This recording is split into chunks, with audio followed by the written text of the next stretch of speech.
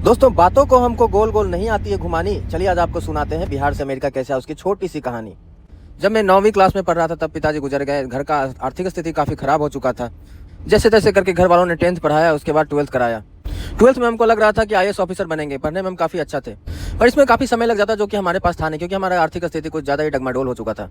तब हमको कहीं से पता चला एक कोर्स होटल मैनेजमेंट के बारे में, जिसकी 3 साल की पढ़ाई करने के बाद हमें जॉब मिल जाती है। और थोड़ा रिसर्च करने के बाद हमको पता चला कि यहाँ से बाहर जाने का, देश विदेश जाने का रास्ता भी खुल जाता है। बस फिर क्या था मन में, तो हम ठान लिए कि हमको जाना तो अमेरिका ही है। कहीं से हमें एक कॉलेज के बारे में पता चला जिसका नाम IHM कोलकाता था। ये अपने काफ़ी स्टूडेंट्स को इंटर्नशिप के लिए USA वगैरह भेज चुका था। ये ठहरा प्राइवेट कॉलेज और हम ठहरे भाई गरीब आदमी। इसका 3 साल का कोर्स का 6 लाख फीस था। रहना खाना और बाकी सारा खर्चा जोड़ जाड़ के आपको करीब करीब 3 साल में 10 लाख का खर्चा आएगा, ऐसा हमको उस कॉलेज के एडमिशन डिपार्टमेंट ने बताया। ये बात हम 2015 की कर रहे हैं, जब इतना फीस लगा था। अब तो शायद और भी महंगा हो चुका होगा। जब दोस्तों को पता चला कि हम होटल मैनेजमेंट कर रहे हैं तो कुछ लोगों ने वेटर कह के मजाक उड़ाया, तो कुछ लोगों ने बावर्ची कह के मजाक उड़ाया।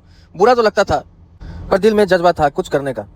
जी तोड़ मेहनत करके हम अपने इंग्लिश को सुधारे, अपने पर्सनालिटी को सुधारे, अपने एटिकेट को सुधारे। 3 साल का कोर्स खत्म होने वाला था और हमें डिग्री मिलने वाला था, bachelor of science in hotel management का। 2018 में हम इंडिया में भी जॉब के लिए अप्लाई किए, लेकिन सैलरी बहुत ही कम था, 15 से 20 हज़ार सैलरी था।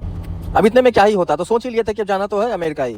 अब बात 2018 की करें, जब हमारे कॉलेज में एक 5 स्टार कैसीनो आती है, जो लोगों को हाईली स्किल लोगों को इंटर्नशिप पे रखना चाहती थी। इसमें रहना खाना फ्री था और $3000 मंथली सैलरी मिल रहा था। सुन के मेरे मन में लड्डू फूटा, क्योंकि उस टाइम डॉलर का रेट $70 चल रहा था और हम सोचे कि महीने का 2 लाख सैलरी मिलेगा। बस फिर क्या था, हम बैठ गए उसके इंटरव्यू में और लकीली हमारा इंटरव्यू क्रैक हो गया। इस इंटरव्यू के बाद हमारा एक स्पॉन्सर इंटरव्यू होता है, जो US का कोई स्पॉन्सर आपको करता है।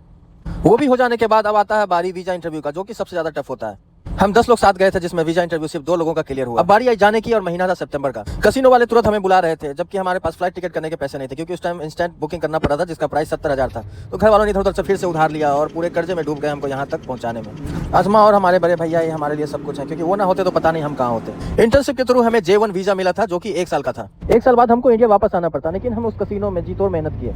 हमारे अच्छे स्किल्स, नॉलेज और काम और अच्छी बिहेवियर को देखते हुए वहाँ के GM ने हमें अडॉप्ट कर लिया, क्योंकि हमारा उस टाइम एज 20 साल। अगर आपका एज 21 साल से नीचे होता है तो आपको गार्डियनशिप वीजा मिल जाता है, जिससे आप परमानेंट रेजिडेंस हो सकते हैं। 3 साल कैसीनो में काम किया, जब हमारा सैलरी $3 से $4,000 था। फिर हमें ट्रकिंग के बारे में पता चला और हम स्कूल गए, लाइसेंस लिए और ट्रकिंग लाइन में आ गए। तो ये थी हमारी स्टोरी दोस्तों। Thank you.